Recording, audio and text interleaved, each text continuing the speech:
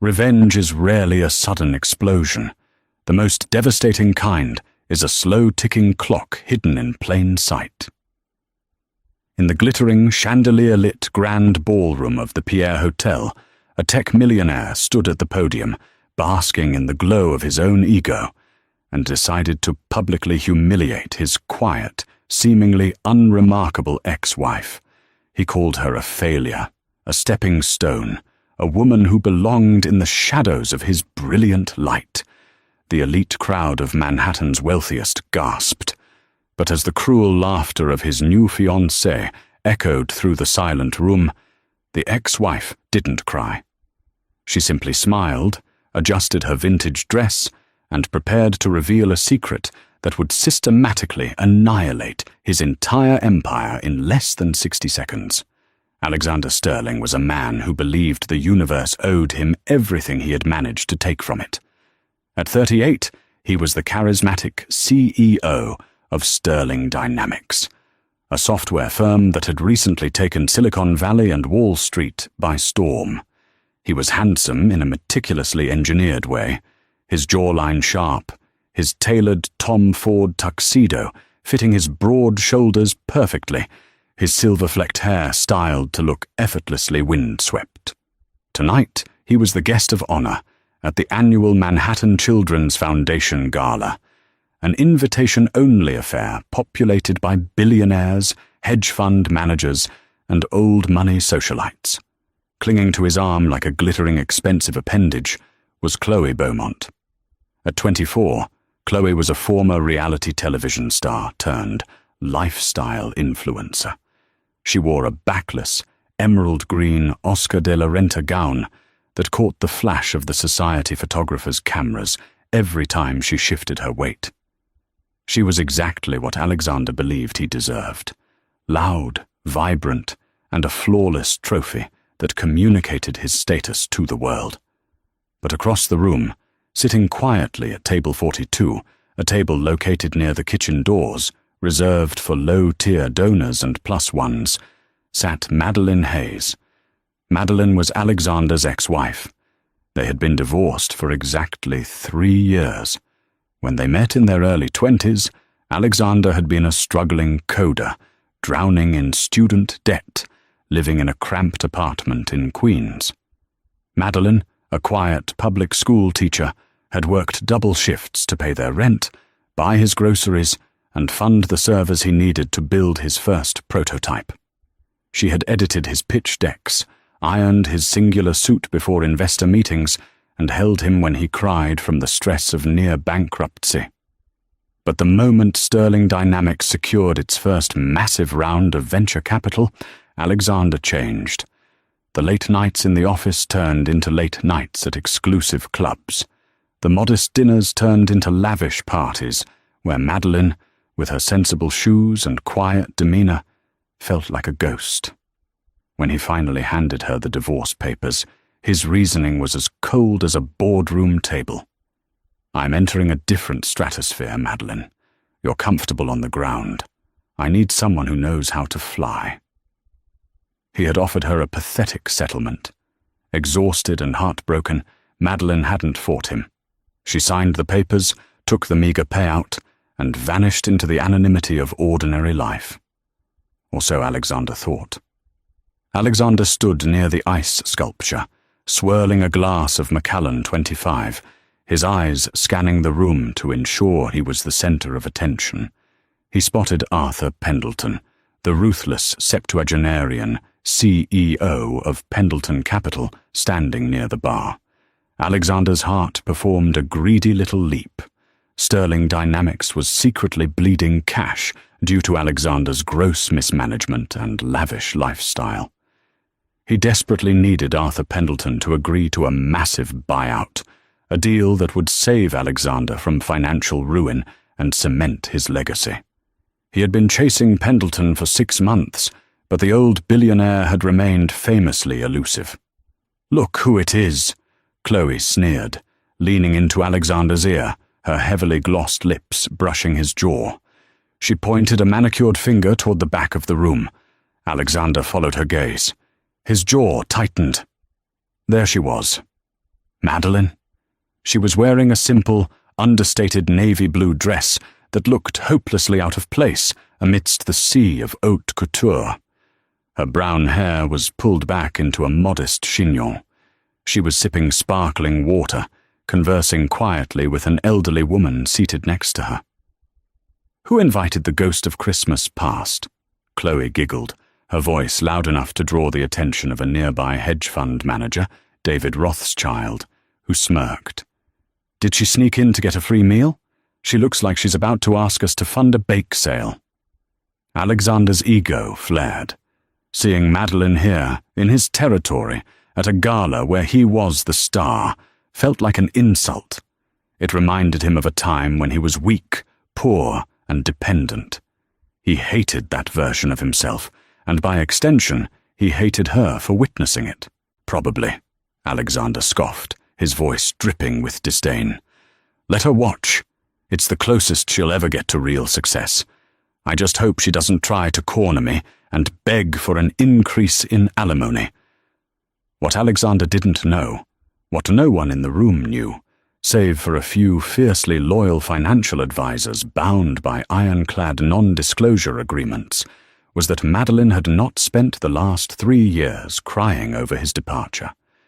She had taken the small settlement, combined it with a brilliant, quiet intellect she had always kept hidden behind her supportive wife facade, and made a few incredibly risky, highly calculated investments in emerging medical technologies.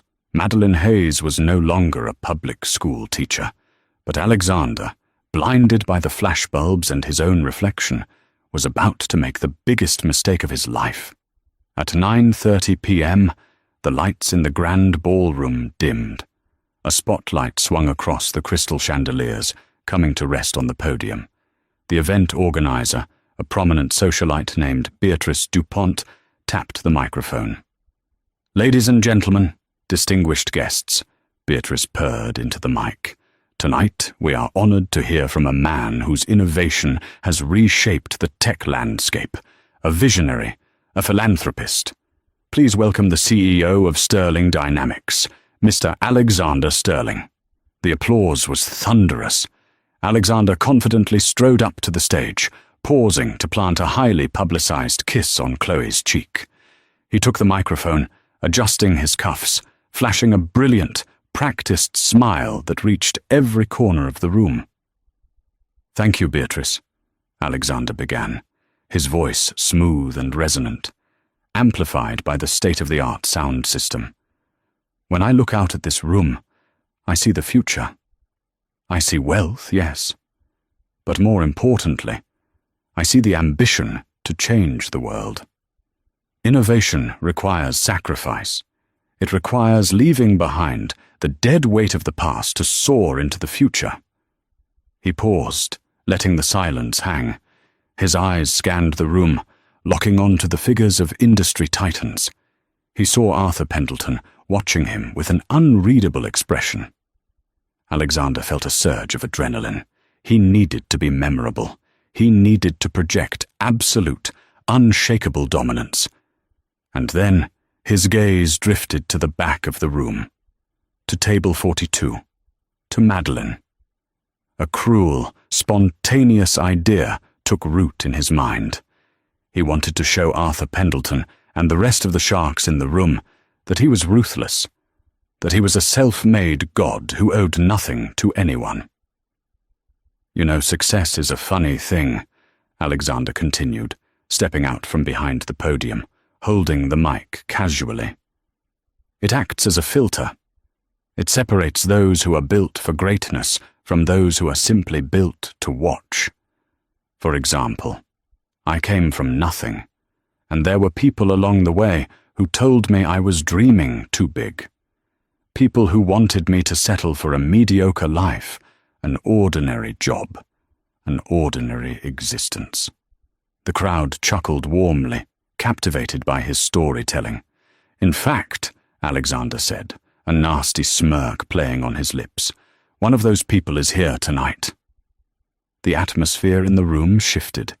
The comfortable silence of the elite turned into a prickly, electric tension. Chloe, sitting at the head table, sat up straighter, a wicked grin spreading across her face. "Yes, right back there," Alexander said, pointing a rigid finger directly at table 42. The spotlight operator, caught off guard but eager to follow the action, swung the massive beam of light across the room. It cut through the darkness and slammed directly onto Madeline, illuminating her simple navy dress and the shocked expression of the elderly woman sitting beside her. Madeline froze. The entire ballroom, filled with nearly 500 of New York's most powerful people, turned around in their seats to stare at her. The silence was deafening. "My ex-wife, Madeline," Alexander's voice boomed through the speakers, dripping with a toxic mixture of pity and contempt. "Madeline, I'm honestly surprised you could afford the ticket. Or did you win it in a raffle?" A few nervous, uncomfortable titters broke out near the front. Mayor Thomas Adams shifted awkwardly in his chair, whispering something to his aide. But Alexander, drunk on his own malice, pressed on. "Madeline used to tell me that my ideas were just fantasies. She wanted me to work a safe 9 to 5. She represented stagnation. And I realized that if I stayed tied to someone whose greatest ambition was paying off a Honda Civic, I would drown." He gestured grandly to Chloe. "Look at the contrast. Beside me now is Chloe, a woman who understands ambition, a woman of high value. I want this to be a lesson to all the young entrepreneurs in the room tonight. Do not let small-minded people anchor you to their mediocre lives. Cut the dead weight loose, because look at where I am and look at where she is." He pointed at Madeline again, sitting in the back, wearing an off-the-rack dress, watching a man she couldn't keep achieve things she couldn't even comprehend. Alexander lowered the microphone, smiling triumphantly. He expected thunderous applause for his ruthless honesty, a standing ovation for the alpha male who conquered his past. Instead, a horrifying, suffocating silence descended upon the Pierre.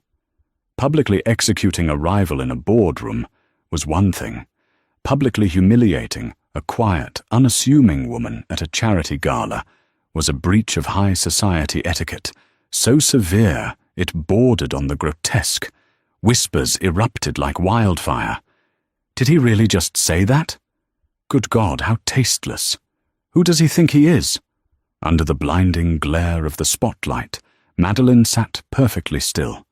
Her hands, resting on the white linen tablecloth, didn't shake. She didn't bury her face in her hands.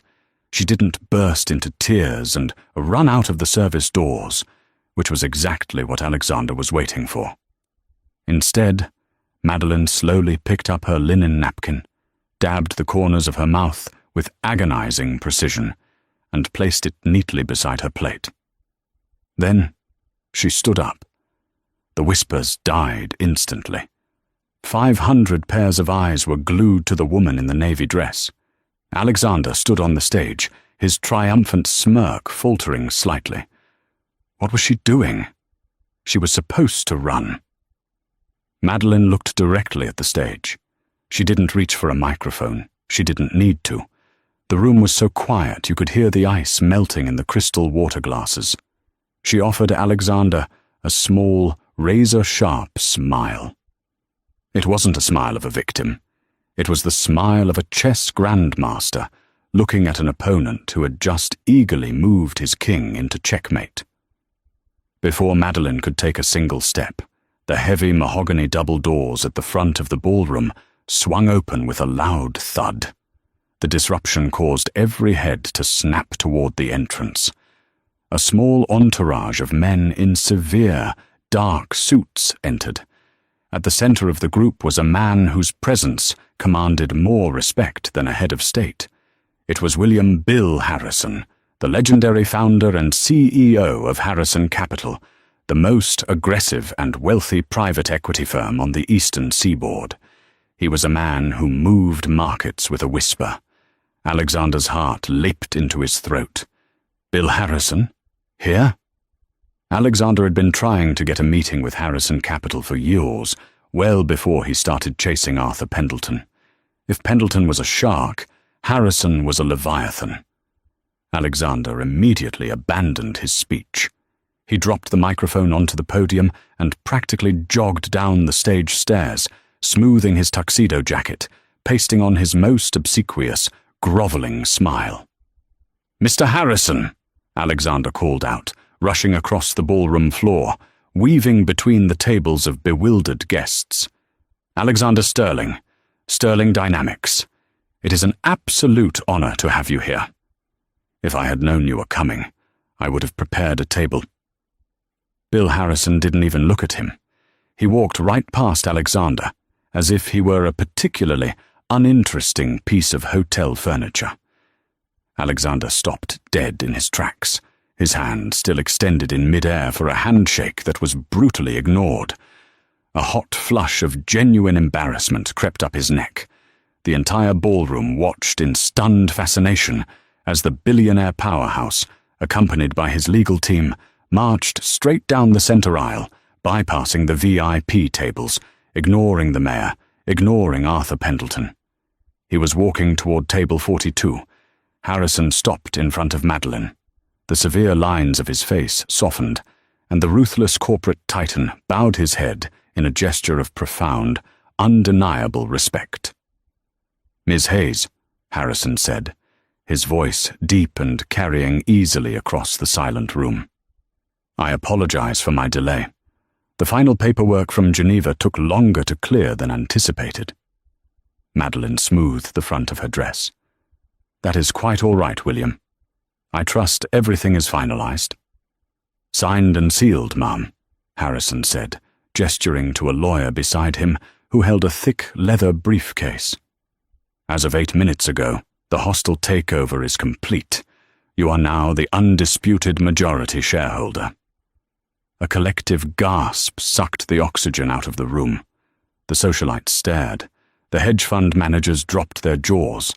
Chloe Beaumont slowly stood up at the head table, her heavily contoured face paling to a sickly shade of white. Alexander felt the blood drain from his head. His vision blurred at the edges. "William?"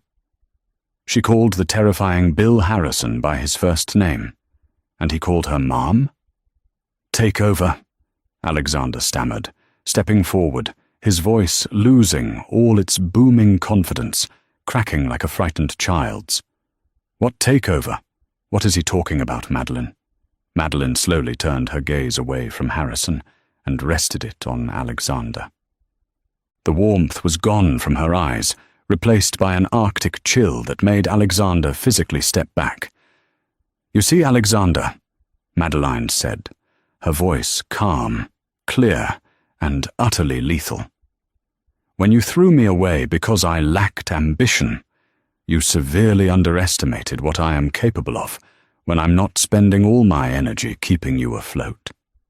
She gestured elegantly to the lawyer, who popped open the briefcase and withdrew a single thick folder. He handed it to Madeline. "While you were busy buying yachts, paying for your fiancé's Instagram campaigns, and driving Sterling Dynamics into a mountain of hidden debt," Madeline continued, taking a few steps toward him, "I was investing. Quietly. Wisely. I founded a private holding company, Apex Innovations." Alexander felt his knees go weak. Apex Innovations. That was the mysterious, aggressively expanding conglomerate that had been quietly buying up the supply chains and proprietary patents that Sterling Dynamics relied on to survive. For the past year, Apex had essentially held a knife to Alexander's throat, and he had been begging his lawyers to find out who owned it so he could negotiate. "No," Alexander breathed, shaking his head. "No, that's impossible. You're a teacher." "I was a teacher," Madeline corrected gently, though her eyes were merciless. "Then I became an investor. And as of tonight, Alexander, through Apex Innovations' aggressive acquisition of your outstanding debts and our recent buyout of Pendleton Capital's tech division, She stopped a few feet away from him, holding up the folder. I own you. The silence in the grand ballroom of the Pierre was no longer just shocked. It was suffocating. 500 of Manhattan's elite held their collective breath, watching a corporate execution broadcast live from the center of the dance floor. Alexander Sterling let out a harsh, breathless laugh. It was a desperate, ugly sound that echoed off the gilded ceiling. "You're lying!" he spat, pointing a trembling finger at Madeline. "This is a stunt, a pathetic, desperate stunt, because you're embarrassed. Apex Innovations is a multi-billion-dollar conglomerate. You're a middle school math teacher who drove a 10-year-old sedan." Madeline didn't flinch. Her composure was absolute, a stark contrast to Alexander's rapidly unraveling facade. She handed the heavy leather folder back to the lawyer with a crisp nod and folded her hands perfectly in front of her. "I was a math teacher, Alexander," Madeline said, her voice projecting clearly without the need for a microphone. "A teacher who practically built your first predictive algorithm while you were too busy playing video games in our apartment. I understood the math behind Sterling Dynamics better than you ever did. And more importantly, I understood your fatal flaw, your ego." She took a slow, deliberate step toward him. Alexander instinctively took a half-step back, his bespoke Tom Ford shoes scraping loudly against the polished parquet floor. "When we divorced, you gave me a $250,000 settlement," Madeline continued, her tone conversational, but laced with venom. "You thought it was a pittance to make me go away. But I took that money, partnered with a few of your early, disgruntled engineers, the ones you fired before the IPO so you wouldn't have to share the equity, and we built a better algorithm. We sold it to a defense contractor for a very quiet, very substantial sum. That was the seed money for Apex." "No," Alexander whispered, his eyes darting frantically around the room, looking for an ally. He locked eyes with Arthur Pendleton, the septuagenarian billionaire he had been trying to woo all night. "Arthur, tell her Pendleton Capital would never sell its tech division to a shell company." Arthur Pendleton slowly set his crystal Scotch glass down on a passing waiter's tray. The old titan stepped forward, adjusting his silk tie. He didn't look at Alexander. He looked directly at Madeline. A rare, genuine smile touched the old shark's weathered face. "It wasn't a shell company, Alexander," Arthur rumbled, his gravelly voice carrying a devastating weight. "It was a highly sophisticated holding firm, and I must admit, I was thoroughly outmaneuvered. Madeline here negotiated the buyout of my tech division 3 weeks ago. It was a flawless piece of corporate warfare. I haven't seen anything like it since the 80s. Arthur offered Madeline a respectful nod. "Pleasure doing business with you, Ms. Hayes." Alexander's legs nearly gave out. The room began to spin. Arthur Pendleton, the man Alexander had begged for a lifeline just days prior, had been doing business with his ex-wife this entire time. "Let's talk about your debt, Alexander," Madeline said, her voice dropping a few degrees, becoming sharp as cut glass. The spotlight was still on her, but now she was the one glowing with undeniable power. 6 months ago, Sterling Dynamics was bleeding cash. You took out a $150 million mezzanine loan through a proxy firm in Delaware to cover your Q3 losses. Alexander swallowed hard. His collar suddenly felt impossibly tight. How do you know about that?" "Because," Madeline smiled, "I underwrote it. Apex Innovations owns the proxy firm. I was the one who authorized the bridge loan you desperately needed to keep your stock price from tanking. And I was the one who slipped in a very standard, very lethal debt covenant regarding personal liability and executive spending. Chloe Beaumont, who had been standing frozen at the head table, finally moved. She tottered down the stage stairs on her 6-inch stilettos, her emerald gown suddenly looking less like a victory dress and more like a costume. "Alexander," she squeaked, her voice trembling. "What is she talking about? What loan?"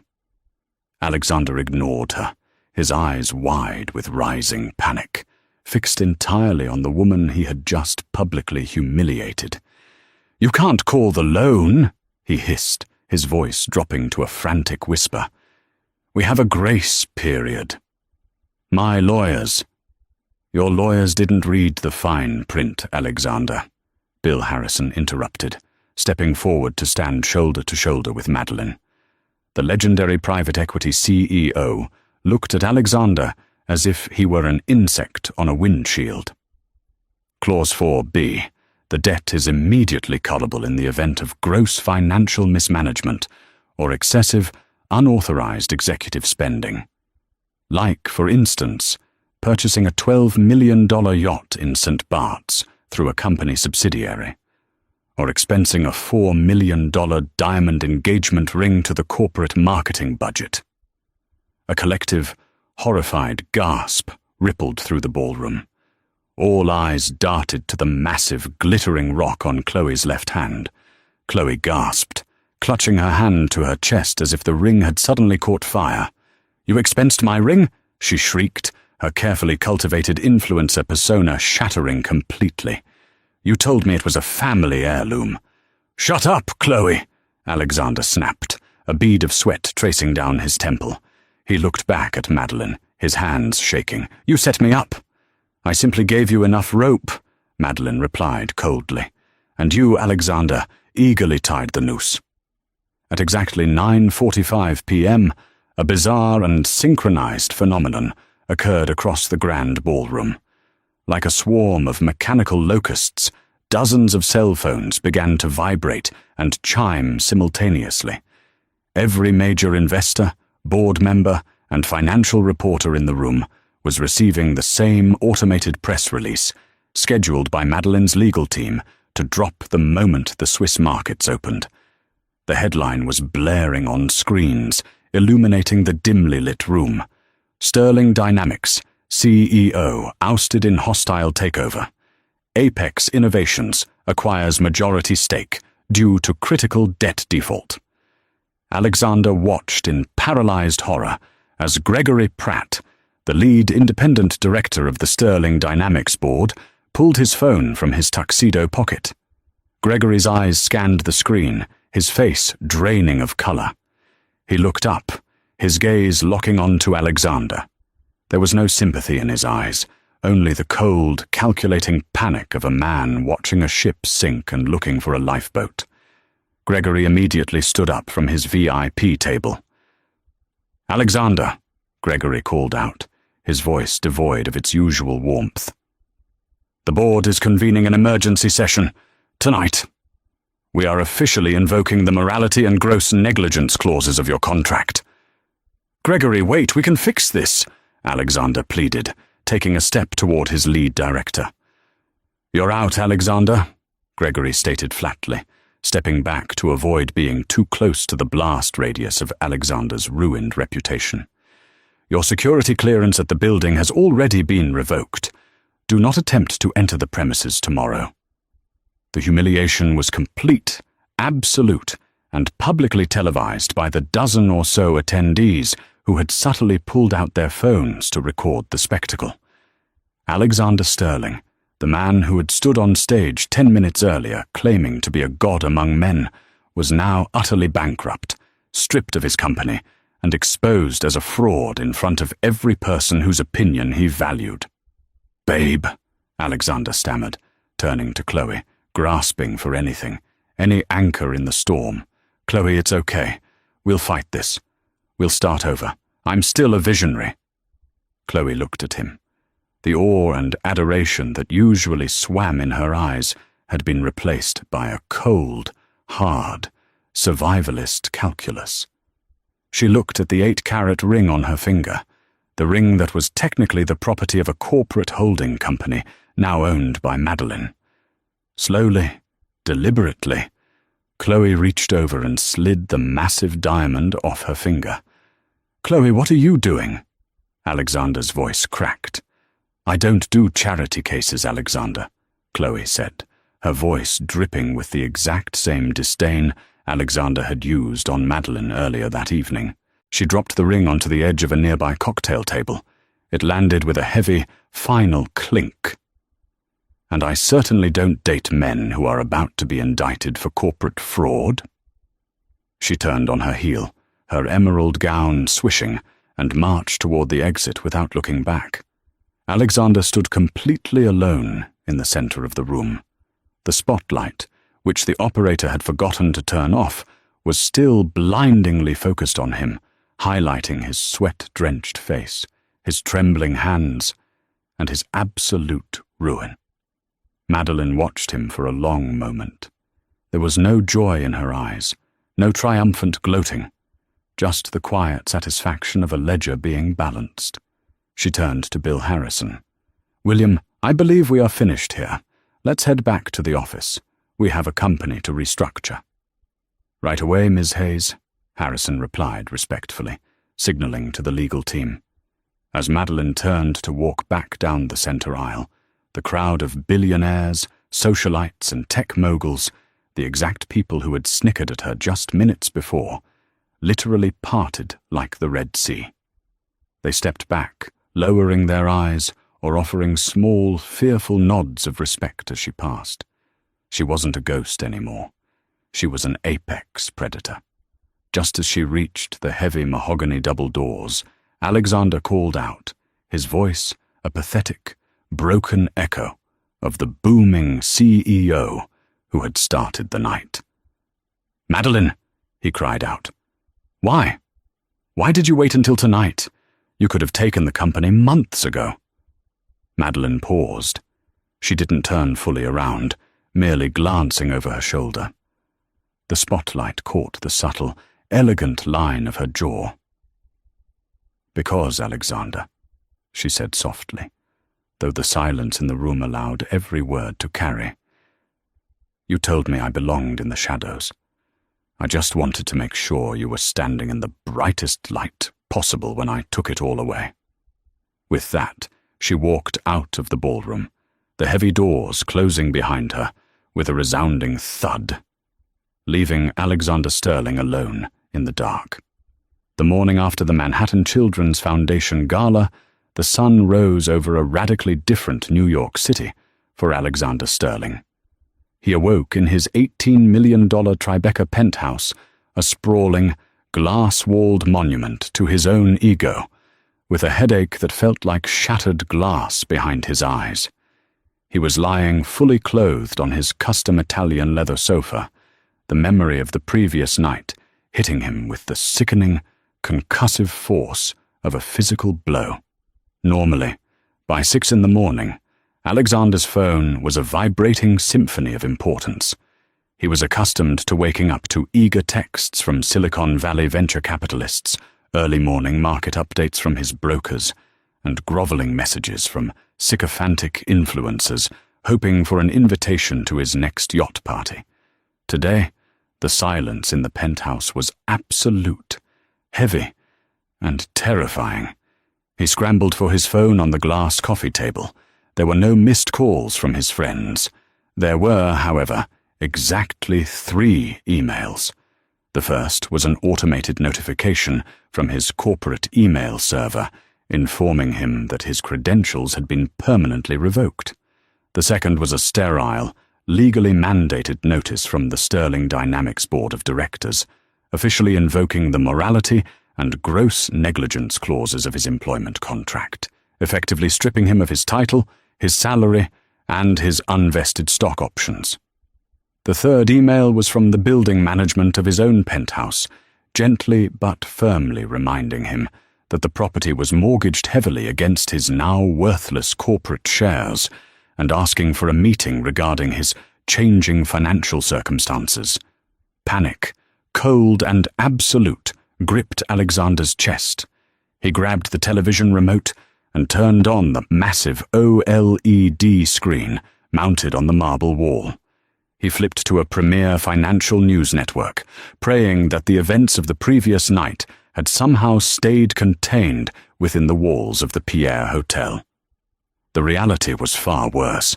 Every major financial network was running the same devastating chyron at the bottom of the screen. Sterling Dynamics, CIO, ousted in ruthless hostile takeover. Massive fraud allegations surfacing as Apex Innovations takes control. A prominent financial anchor, Sarah Jenkins, was interviewing a seasoned Securities and Exchange Commission compliance expert on live television.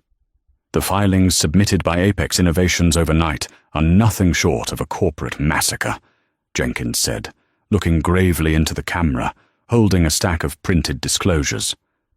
Not only did this mysterious holding company acquire a staggering majority of Sterling Dynamics' mezzanine debt, but the unredacted ledgers released by the new majority shareholder, Madeleine Hayes, indicate severe, systemic misappropriation of company funds.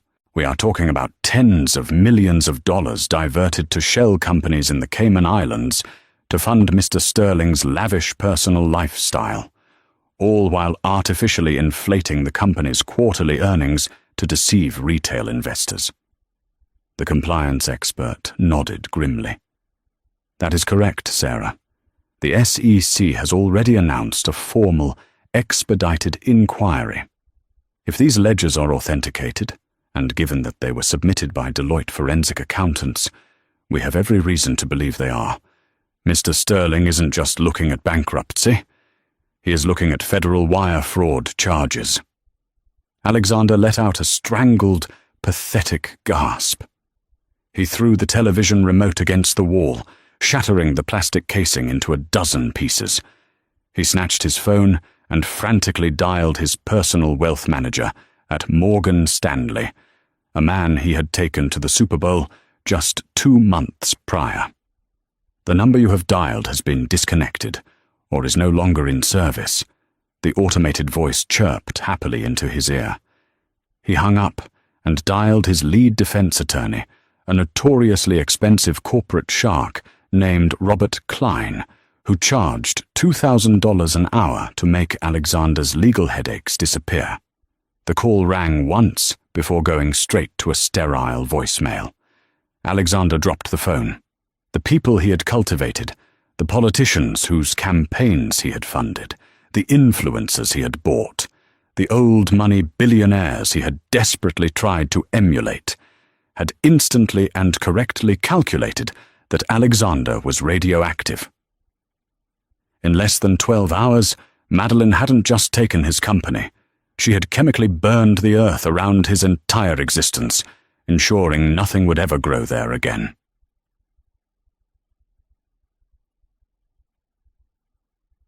Meanwhile, 40 blocks north in the gleaming glass and steel monolith of Hudson Yards, Madeleine Hayes walked through the revolving doors of the Sterling Dynamics headquarters. She was not wearing the understated navy dress from the night before.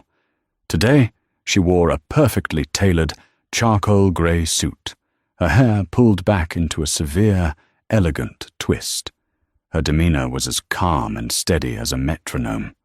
Flanking her were Bill Harrison, looking highly amused by the morning's chaos, and a phalanx of 6 forensic accountants from Deloitte, all carrying heavy, locked briefcases. The lobby, usually a bustling, chaotic hub of arrogant tech bros riding electric scooters and frantic interns carrying tray after tray of artisanal coffee, was dead silent. The news had broken before dawn. Everyone knew who she was. The head receptionist, a young woman named Jessica who had only started a month prior, stared at Madeleine with wide, terrified eyes, her hounds hovering nervously over her keyboard. "Good morning, Jessica," Madeleine said politely, not missing a beat, her voice projecting clearly across the cavernous marble lobby. "Please lock down the executive elevators. Then have the chief financial officer, the chief operating officer, and the head of human resources meet me in the top-floor boardroom in exactly 15 minutes. Anyone who is late will be considered to have submitted their immediate resignation." Upstairs, the restructuring was swift, bloodless, and brutally efficient. Madeline didn't yell. She didn't gloat or pace the room. She simply took her seat at the head of the massive oak table, opened the unredacted ledgers, and demanded explanations from Alexander's hand-picked sycophants. By noon, the bloodletting was complete. Thomas Wright, the CFO who had rubber-stamped Alexander's fraudulent expense reports, tried to argue that he was simply following the CEO's directives. "You expensed a $4 million private jet charter to Ibiza under advanced research and development, Thomas," Madeline said coldly, sliding a highlighted invoice across the table. "You aren't a victim of Alexander's ego. You are an accomplice to his fraud. You are fired for cause, effective immediately. Your golden parachute severance package is completely null and void due to gross financial negligence, and our legal team will be handing your communications over to the SEC this afternoon. Security will escort you to the street." The remaining mid-level managers sat frozen, terrified of the quiet, ruthless woman at the head of the table. Alexander built a culture of vanity, Madeline told the shell-shocked room once the C-suite had been cleared out. "Starting today, we are building a culture of utility. Sterling Dynamics, as you knew it, is dead. As of this morning, this firm is operating as a direct subsidiary of Apex Innovations. Our primary focus will immediately pivot away from the social media data mining vanity projects Alexander favored, and we will return to the medical predictive algorithms he shelved 3 years ago because they weren't sexy enough for Wall Street. Are we understood?" Frantic nods rippled around the room. They weren't just following orders. For the first time in years, the engineering team realized they were following a leader who actually understood the foundational mathematics of their products. But Alexander, trapped in his penthouse and rapidly losing his grip on reality, wasn't done fighting. Desperation breeds a specific kind of delusional arrogance, and as the weeks bled on, Alexander's situation deteriorated rapidly. By month 2, the SEC officially froze all of his remaining assets. The bank foreclosed on the Tribeca penthouse, forcing Alexander to pack 2 suitcases and relocate to a dreary, mid-range Marriott hotel in Hoboken, New Jersey. His diet consisted of lukewarm room service, and his days were spent frantically pacing the stained carpet, nursing a toxic cocktail of cheap scotch and absolute denial. He needed a lawyer, but no reputable firm would touch him without a massive retainer. Driven to the absolute edge, Alexander managed to secure the services of a bottom-feeding, aggressive litigation attorney named Simon Gallagher. Gallagher operated out of a cramped, poorly lit office in Queens, reeked of cheap cologne, and made his living launching frivolous lawsuits in the hopes of securing quick settlements. "She stole the intellectual property," Alexander screamed across Gallagher's cluttered, paper-strewn desk on a rainy Tuesday afternoon. He was manic, his eyes bloodshot, his hands trembling as he aggressively pointed at a printed schematic of the Sterling Dynamics algorithm. The foundational framework for the predictive AI was built while we were married. We lived in an apartment 10 blocks from this office. It's marital property. I don't care about the corporate debt she bought. If the underlying code is marital property, her hostile takeover is built on a stolen asset. Gallagher leaned back in his squeaky faux leather chair, his greedy eyes lighting up. He didn't care about Alexander's innocence, but he saw a massive, potentially historic payout if he could crack Madeline's armor. Under New York state law, assets generated during a marriage are generally subject to equitable distribution, Gallagher mused, tapping a pen against his chin. If she transferred that code to Apex Innovations without your consent or compensation— She was a middle school math teacher, Alexander interrupted, his voice cracking with a desperate, venomous superiority. I coded the entire thing. I built the UI. I built the framework. She just checked my math. Sue her, Simon. Subpoena everything. I want an emergency injunction. I want my shares restored. And I want her bled completely dry. Gallagher grinned, smelling blood in the water. They spent the next 3 days drafting a massive, aggressive lawsuit against Apex Innovations and Madeline Hayes personally, claiming fraudulent transfer of intellectual property and demanding immediate restitution. It was a desperate Hail Mary pass from a man who had entirely forgotten the most important rule of his past. The quiet woman who had edited his math had always been 10 steps ahead of him, and by filing the lawsuit, Alexander was walking directly into the final, devastating trap Madeline had set for him years ago. 6 months later, the relentless machinery of corporate justice had ground Alexander Sterling down to the marrow. The legal proceedings culminated in a sterile, heavily soundproofed conference room on the 42nd floor of Kensington and Locke, a premier arbitration firm in Lower Manhattan. The air conditioning hummed with an aggressive, sub-zero efficiency, freezing the sweat that seemed permanently beaded on Alexander's forehead.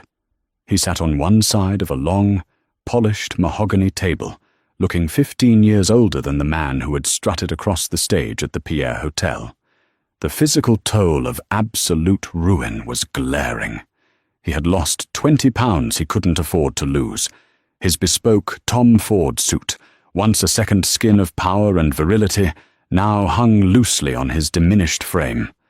The platinum Rolex Daytona that used to anchor his left wrist was gone, seized, along with his Tribeca penthouse, his accounts in the Cayman Islands, and the absurdly expensive fleet of luxury cars.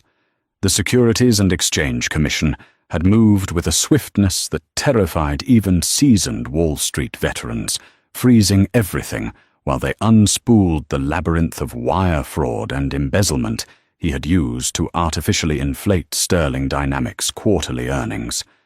He was currently living out of a mid-range Marriott in Hoboken, New Jersey, taking the PATH train into the city like the ordinary people he had spent his entire adult life mocking. Across the sprawling expanse of the mahogany table sat Madeline.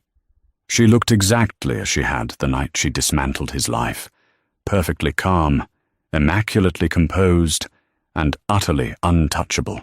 She wore a tailored charcoal grey blazer over a crisp white silk blouse, her posture as straight as a steel beam. Flanking her were Bill Harrison, who sat quietly reading a financial prospectus as if this entire meeting was merely a minor clerical errand, and her lead counsel, a terrifyingly sharp, platinum blonde litigator named Evelyn Carmichael. Alexander's side of the table was a chaotic mess of disordered files, crumpled coffee cups, and the palpable stench of desperation. Because top-tier defense firms demanded multi-million-dollar retainers up front, money Alexander no longer had, he had been forced to secure the services of Simon Gallagher. Gallagher was a bottom-feeding, aggressive litigation attorney who smelled faintly of cheap cologne and stress. He had taken the case on contingency, seduced by Alexander's manic promises of a massive payday if they could just crack Madeline's armor. "Miss Hayes," Gallagher began, leaning heavily on his elbows, trying to project a menacing courtroom intimidation that fell flat in the sterile arbitration room. "Let's cut through the corporate maneuvering. My client maintains that the foundational architecture for the predictive algorithm, the exact intellectual property currently valued at over $2 billion by Apex Innovations, was conceptualized, coded, and finalized in your shared residence in Queens between the years 2015 and 2018. Gallagher aggressively slid a massive, disorganized stack of printed emails, bound notebooks, and hard drives across the polished wood. They came to rest inches from Evelyn Carmichael's pristine leather folio. "Under New York state law," Gallagher practically spat, "this constitutes marital property. You illegally transferred this intellectual foundation to a shell company to orchestrate a fraudulent, hostile takeover. My client built that code. He built Sterling Dynamics with his bare hands. You cannot deny his authorship, and you certainly cannot steal what is legally his." Alexander glared at Madeline, a flicker of his old, vicious arrogance momentarily reigniting in his bloodshot eyes. He leaned forward, tapping a finger violently against the table. "You thought you were so damn smart, Maddie," he sneered, his voice raspy and thin. "But you got greedy, you got sloppy. You thought you could just sweep the IP under the rug of your little holding company. I coded the framework. I pitched it. It's mine. I want my shares restored, and I want the SEC off my back, or we are taking this to an open federal court, and I will drag your name through the mud for the next decade." Madeline didn't flinch. She didn't look at the mountain of evidence Gallagher had pushed across the table. She simply reached for her crystal water glass, took a slow, deliberate sip, set it down precisely on its coaster, and turned her head slightly toward her attorney. Evelyn Carmichael smiled. It was a thin, bloodless smile that did not reach her eyes, the smile of a predator watching its prey enthusiastically run into a brick wall.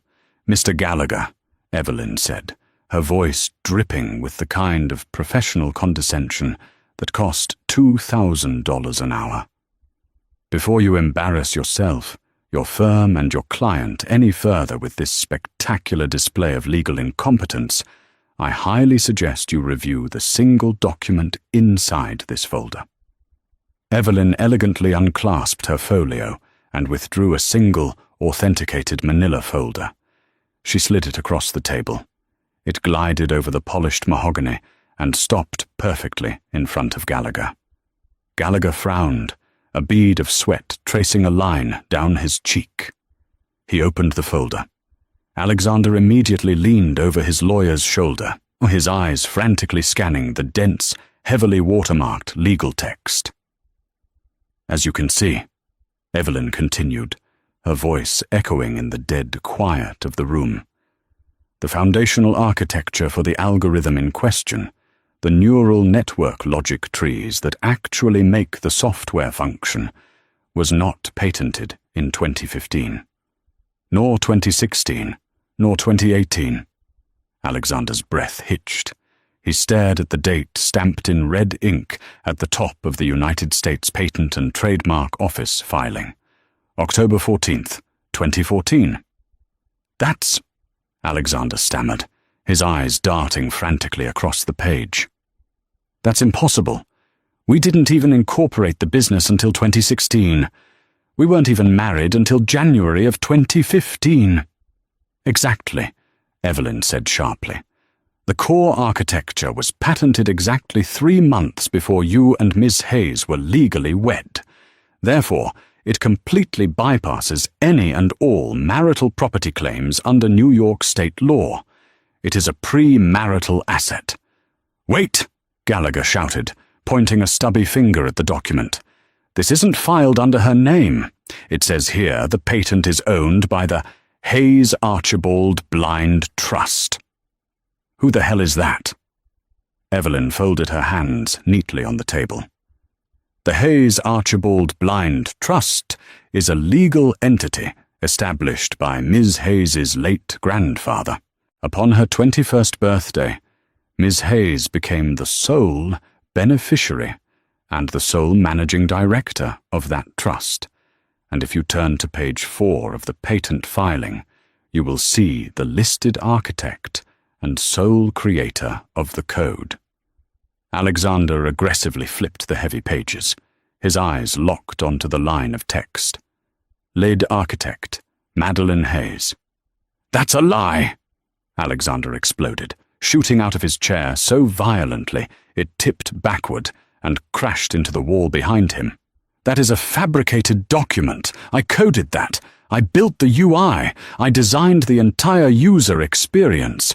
She was just a middle school math teacher. She just edited my math when I got stuck." "Sit down, Alexander," Madeline said. Her voice wasn't loud, but it possessed a dense, gravitational weight that commanded the room. Even Gallagher instinctually reached up and pulled Alexander by the sleeve of his oversized jacket, forcing him back into the chair. Madeline leaned forward, folding her hands in front of her. She looked directly into Alexander's panicked, hollow eyes. "You built a user interface, Alexander," Madeline explained, speaking to him with the patient, devastating clarity of a teacher correcting a particularly slow child. "You designed buttons. You picked color palettes. You were a fast typist with a massive ego and a talent for pitching to venture capitalists. But you never understood the actual machinery of the product." Alexander opened his mouth to argue, but no words came out. His chest heaved. "I did the math," Madeline continued softly. "I built the logic trees. I designed the predictive models that made the software actually work. And because I knew you, Alexander, because I knew you were reckless, deeply insecure, and had a nasty habit of taking credit for other people's brilliance, I protected myself.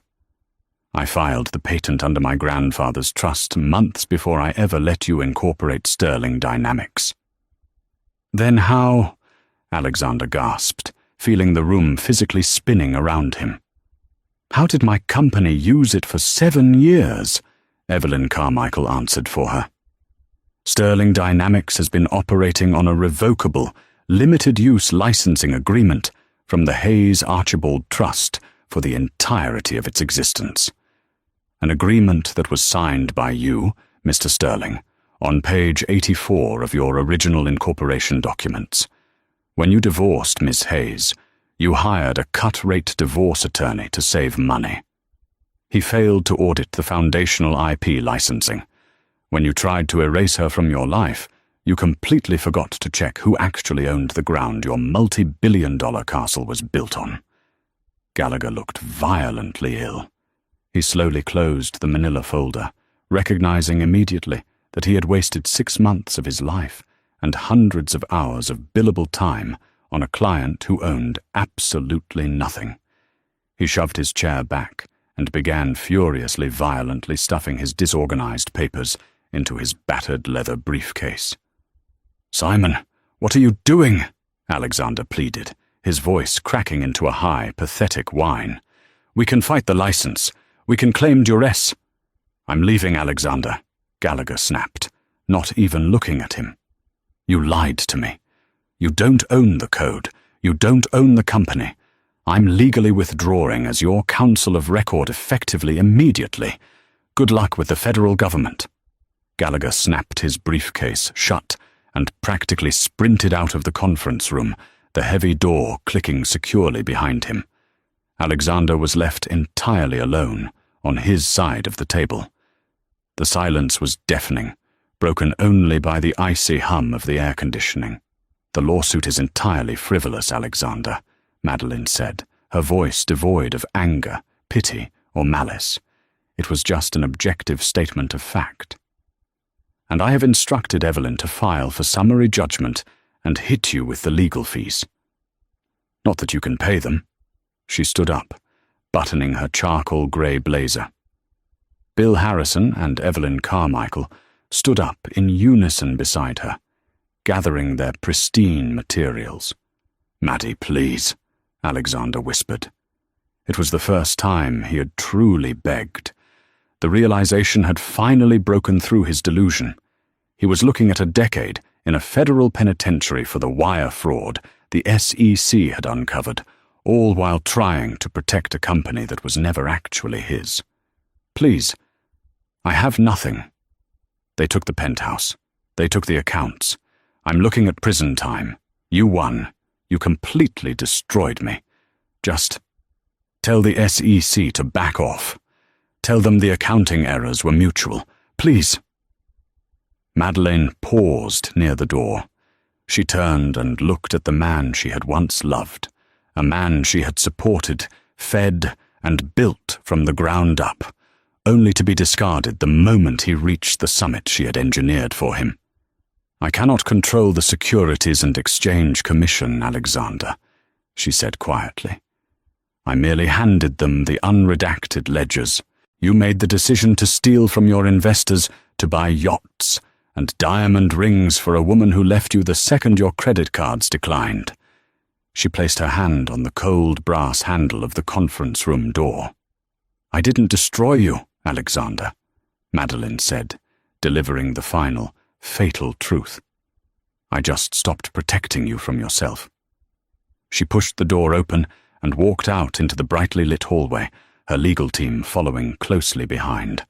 The heavy door swung shut with a resounding, final thud, sealing Alexander Sterling in the freezing, silent room, alone with the ghosts of the empire he never really owned. True power rarely announces itself with a microphone. It operates in the quiet margins, meticulously calculating the cost of every move. Alexander Sterling's fatal flaw was not his greed, nor was it his lack of technical genius. It was his profound inability to see the value in the woman who had quietly engineered his ascent. By publicly humiliating Madeline, he didn't just break a social contract. He triggered a masterclass in corporate retribution that had been years in the making.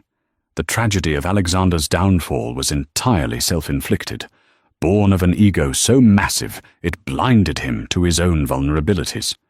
In the end, the glittering facade of the tech billionaire shattered, leaving behind nothing but the stark reality of his own mediocrity. Madeline Hayes didn't just take his empire, she reclaimed her own brilliance, proving that those who underestimate the quiet ones eventually pay with everything they have.